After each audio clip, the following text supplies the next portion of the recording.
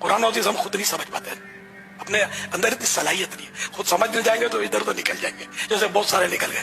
मोहम्मद लुकमान करक से मैं रमजान मुबारक में कुरान तर्जमा के साथ पढ़ना चाहता हूँ, आप रहनुमाई फरमाएं कि किस मुतरजम की तिलावत करूँ। बिल्कुल किसी मुतरजम की तिलावत आपने नहीं की, ये बात याद रखें। हाँ, बंदा जब कुरान का तर्जुमा उठा के इसमें गौर शुरू करेगा, ये गुमराही का दरवाजा खुलेगा। नहीं जाने मन, कुरान करीम इतना लावारिस नहीं है कि आप इसको बगैर कुरान के माहिर के पढ़ना शुरू कर दें। डॉक्टरी मेडिकल की किताब आप बगैर माहिर के नहीं पढ़ते, तो कुरान करीम बगैर माहिर के आप क्यों पढ़ेंगे? तर्जुमा आपके लिए नहीं है, ये तालिब इल्म के लिए, ये अंडर कंस्ट्रक्शन आलिम के लिए है। साहब ने कहा आप तर्जमे से पढ़े, मैं कहता हूँ सिर्फ तर्जमे से कभी कुरान को मत पढ़िएगा, आप हिदायत की तरफ नहीं आएंगी बल्कि गुमराही की तरफ चली जाएंगी। कि तिलावत कुरान करना तो हर बंदे का हक है, लेकिन अगर वो तिलावत के साथ तर्जुमा भी पढ़ना चाहता है तो उसे चाहिए वो किसी आलिम की ज़ेरे निगरानी पढ़े। फ़ायदा है, बग़ैर उस्ताद के नुकसान भी है। जी ज़रा तसव्वुर करें एक लम्हे के लिए कि एक गैर मुस्लिम आपसे आकर ये कहे कि तुम्हारी ये मुकद्दस किताब कुरान पाक बराह रास्त मत पढ़ो वरना इधर उधर निकल जाओगे। आप उस शख्स को क्या जवाब देंगे? यकीनन आप उससे ये कहेंगे कि ये अल्लाह का दुश्मन है, मुझे बेकाना चाह रहा है, कुरान करीम तो हिदायत की किताब है, इसको पढ़कर तो मुझे तौहीद समझ में आती है, अल्लाह का तारुफ होता है, हिदायत मिलती है, गुमराही और कुफ्र से निजात मिलती है। उल्टा ये बंदा शैतान है जो कि मुझे इस हिदायत की किताब से दूर करके अपनी तालीमात देना चाहता है। अब ज़रा तसव्वुर करें कि यही काम कोई मुसलमान आलिम दीन अपनी आवाम के साथ करे और उनको ये कहे कि कुरान पाक को बराह रास्त मत पढ़ो, हदीस को बराह रास्त मत पढ़ो वरना तुम गुमराह हो जाओगे। वो शख्स जिसकी हम इज़्ज़त इसीलिए करते हैं, उसको मिंबर पर बिठाते हैं ताकि लोगों को अल्लाह के दीन की तबलीग करे, अगर वो अपनी आवाम को ये बातें करेगा तो क्या इसका दिफा करना चाहिए या फिर उसकी इस्लाह की कोशिश करनी चाहिए? और बिल्कुल यही काम मौलाना इलियास कादरी साहब भी कर रहे हैं। मैं पहले भी कह चुका हूँ कि इनकी नीयत के अंदर मुझे कोई शक नहीं, वो एक नेक और शरीफुन नफ्स इंसान है, लेकिन अपनी जहालत और कम इल्मी के अंदर जो गुमराही वो लोगों के अंदर फैला रहे हैं वो बहुत ही ख़तरनाक है। ऐसी ऐसी बिदात इन्होंने दीन के अंदर दाखिल की हैं कि अल्लाह की पनाह। केला छीलने का मदनी तरीका, पीली चप्पल के फ़ायदे, खीरा काटने का मदनी तरीका, स्पार्क से बचने का तरीका, पेट्रोल के बरकत का वजीफ़ा, दादा साहब की घोड़ी का वजीफ़ा वगैरह वगैरह। पीले जूते से फिक्रें कम होती है, टेंशन कम होता है, और ब्लैक शूज से टेंशन बढ़ता है। अब ये तो किसी किताब में नहीं लिखा। भाईजान यार क्या कर रहे हैं? ये वजन केले हैं ना, तो बेटे यूं रखेंगे ना तो ये वजन से ये दबकर तो पिचक जाएंगे। अच्छा, आपने देखा होगा ये ठेले वाले बेचने वाले तो यूं रखते हैं, अगर वो करे तो यूं रखते हैं। तो अच्छा, फिर मैंने इनके मुंह किबले की तरफ कर दिया, फिर मैंने इनके मुंह किबले की तरफ कर दिया, किबला इस तरफ है ना, तो किसी हर चीज का मुंह किबले की तरफ हो सके तो रखना चाहिए। अब ये तो किसी किताब में नहीं लिखा। इसको डोरी में डालकर कहीं मतलब मुनासिब जगह पर लटका, अर्थ की जगह पर हाथ रख दे। ठीक है जी। और पढ़े दादा साहेब की घोड़ी। ये कोई बुजुर्ग होंगे, खीरा बेचारा इतना प्यारा प्यारा, और इसको प्यारा कौन नहीं बोले, सब्ज सब्ज। अच्छा, अब इस बेजरर खीरे को बस लगे रहते हैं, तो छीलते रहते हैं, और इसका सब्ज सब्ज छिलका जो लोग सर पे सब्ज बांधते हैं ना, वो भी कचरा कुंडी में डालते हैं। इनकी अजीब मंतिक उल्टी है कि यही सब्ज रंग सर पे चढ़ाते हैं, यही सब्ज रंग इसको कचरा कुंडी में डालते हुए इनका हाथ जरा नहीं कांपता। अब ये तो किसी किताब में नहीं लिखा। तो भैया फिर खीरे का क्या करें? हाँ, खीरे का मैं इसको धो ले, धो कर इसको बस काट ले, जरूरत निकाल दी, बाकी गोल गोल कतले बना ले इसके, या लंबाई में इसकी फांक बना, लंबाई की फांक ज्यादा आसान है। मतलब मशवरा देता हूँ कि स्कूटर पे डबल सवारी पर बैठे हैं तो ये देख लें कि कहीं वो गंदा जहन तो नहीं बनता, बदन बिल्कुल चिपक के बैठते हैं। ये ट्रिबल तो तोबा तोबा, आप तो समझदार आदमी कभी करेगा नहीं। ये ट्रिबल सवारी इतना खतरनाक, चिपक कर बैठते हैं, और स्पार्किंग नहीं होती हो ये बहुत मुश्किल है। क्या बोला तूने? और स्पार्किंग नहीं होती हो ये बहुत मुश्किल है, बिल्कुल। यानी कि ऐसा नहीं, क्या करें। ये सब कुछ दीन नहीं है बल्कि दीन इस्लाम का मजाक है जो कि ये लोग अपनी कम इल्मी के अंदर बना रहे हैं। और आप इमेजिन करें कि गैर मुस्लिम इसको देखकर क्या तासुर लेते होंगे। वो कौम जो कि पहले ही सालों साल कुरान पाक को नहीं खोलती, सिर्फ कसम खाने के लिए या फिर बेटी की शादी पर इसको बरकत के लिए इस्तेमाल करती है, आप उसे ये बताएंगे कि तुम्हारा इसको बराह रास्त पढ़ना तुम्हें गुमराह कर देगा, तो क्या वो कभी भी इसे खोल कर पढ़ने के बारे में सोचेंगे भी सही? कभी भी नहीं। और ये बिल्कुल वही तरीका है जो कि इससे पहले यहूदी रब्बई और ईसाई पादरी भी अपना चुके हैं, क्योंकि इन लोगों ने भी अपनी आवाम को यही कहा था कि आम लोग नापाक होते हैं, तुम्हें अल्लाह तक पहुंचने के लिए पाक लोगों की ज़रूरत है, ऐसे लोगों की ज़रूरत है जो कि अल्लाह के साथ राब्ते में रहते हैं, और वो हम लोग हैं, क्योंकि हम अल्लाह के ख़ास बंदे हैं। हम पर नवाजिशें करो, हमारी मुठ्ठियाँ गर्म करो, हमें नजराने ला कर दो, और हम अल्लाह से तुम्हारे लिए दुआ करेंगे।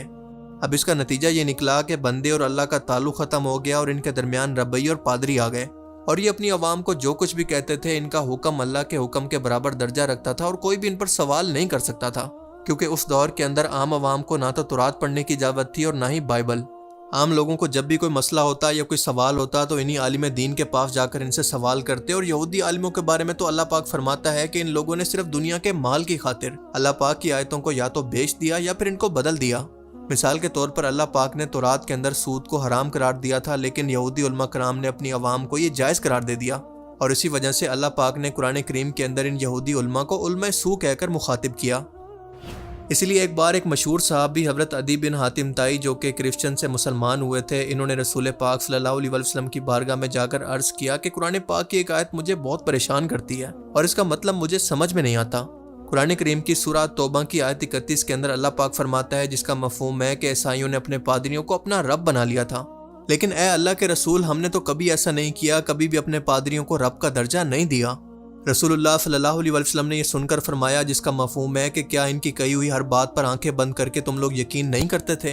جس چیز کو وہ حرام کہتے تم اس کو حرام مان لیتے، اور جس کو وہ حلال کہتے تم اس کو حلال مان لیتے، ان سے کوئی سوال نہ کرتے۔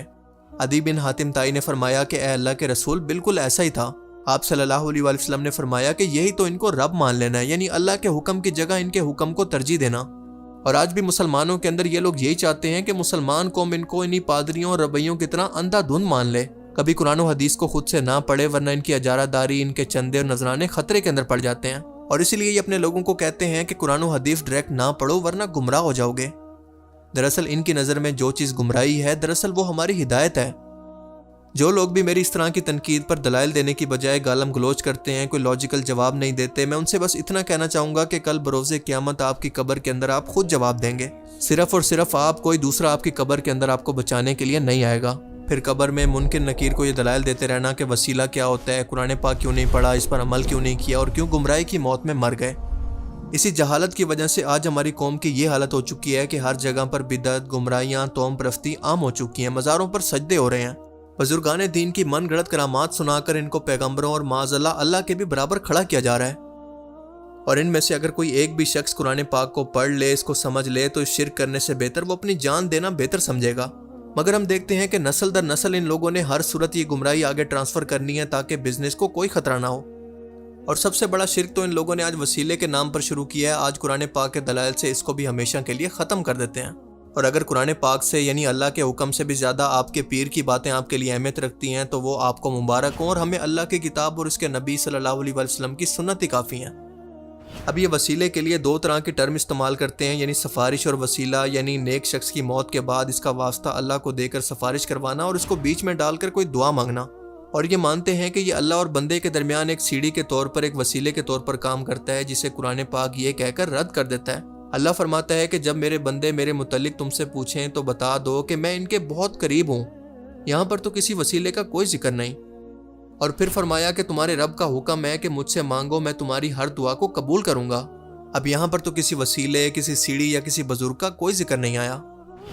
آپ ذرا امیجن کر کے دیکھیں کہ کیا اللہ تعالیٰ کی ذات اتنی سخت اور ظالم ہے کہ وہ اپنے بندوں کی بات بنا سفارش کے سنتی نہیں ہے؟ یہ لوگ اللہ تعالیٰ کی ذات کو بھی کسی دنیاوی بادشاہ کی طرح سمجھتے ہیں۔ پھر اللہ تعالیٰ سورہ بنی اسرائیل کے اندر فرماتا ہے کہ تم میرے سوا کسی کو اپنا وکیل نہ بناؤ، اور اس کے بعد سورہ یونس کے اندر فرماتا ہے کہ یہ لوگ اللہ کے سوا جن سے اپنی مرادیں مانگتے ہیں، یہ نہ تو ان کو کوئی نفع پہنچا سکتے ہیں اور نہ کوئی نقصان، اور کہتے ہیں کہ یہ ہماری سفارش کریں گے۔ آپ کہہ دیجئے کہ کیا تم اللہ کو ایسی باتیں بتاتے ہو جو وہ زمین اور آسمان کے اندر نہیں جانتا؟ یہ لوگ شرک کی گندگی کو اللہ سے منسوب کرتے ہیں، حالانکہ وہ اللہ اس سے پاک ہے۔ آپ ذرا خود اندازہ لگائیں کہ اللہ کا حکم بالکل واضح ہے کہ ہر وہ ہستی جس سے یہ امید لگائی جائے کہ یہ ہماری سفارش کرے گی، دراصل یہ شرک ہے۔ اپنا دماغ کھولو، اس سے بڑھ کر اللہ تعالیٰ واضح طور پر کیسے سمجھائے؟ اور آپ خود بتائیں کہ جو بندہ یہ قرآنی آیات پڑھ لے گا، کیا وہ کبھی اس پیر پرستی، وسیلے، عبادت اور گمراہیوں کے اندر پڑھ سکتا ہے؟ اور یہی وجہ ہے کہ اگر عام عوام قرآن و حدیث کو پڑھ لے، اس کو سمجھ لے، تو یہ ان لوگوں کی علمی موت ہے، اور یہی وہ گمراہی ہے جو کہ انسان کو آخر میں بت پرستی کی طرف لے جاتی ہے، جیسا کہ انڈیا کے مسلمانوں کے اندر یہ بڑھتا جا رہا ہے۔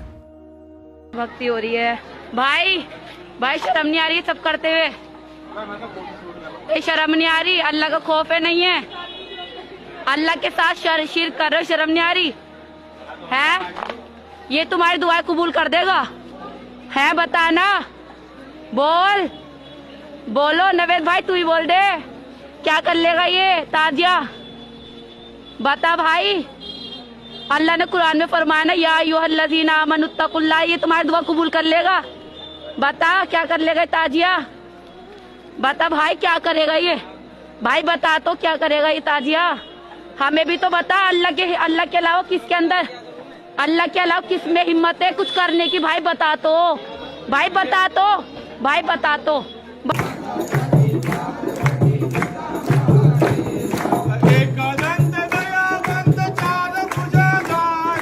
इसीलिए अभी भी वक्त है कि अपनी आंखें खोलो, अपनी आखिरत की फिक्र करो और इन लोगों के हाथों ब्रेन वॉश मत हो, वरना क़यामत के दिन सिवाय पछतावे के कोई जवाब नहीं होगा।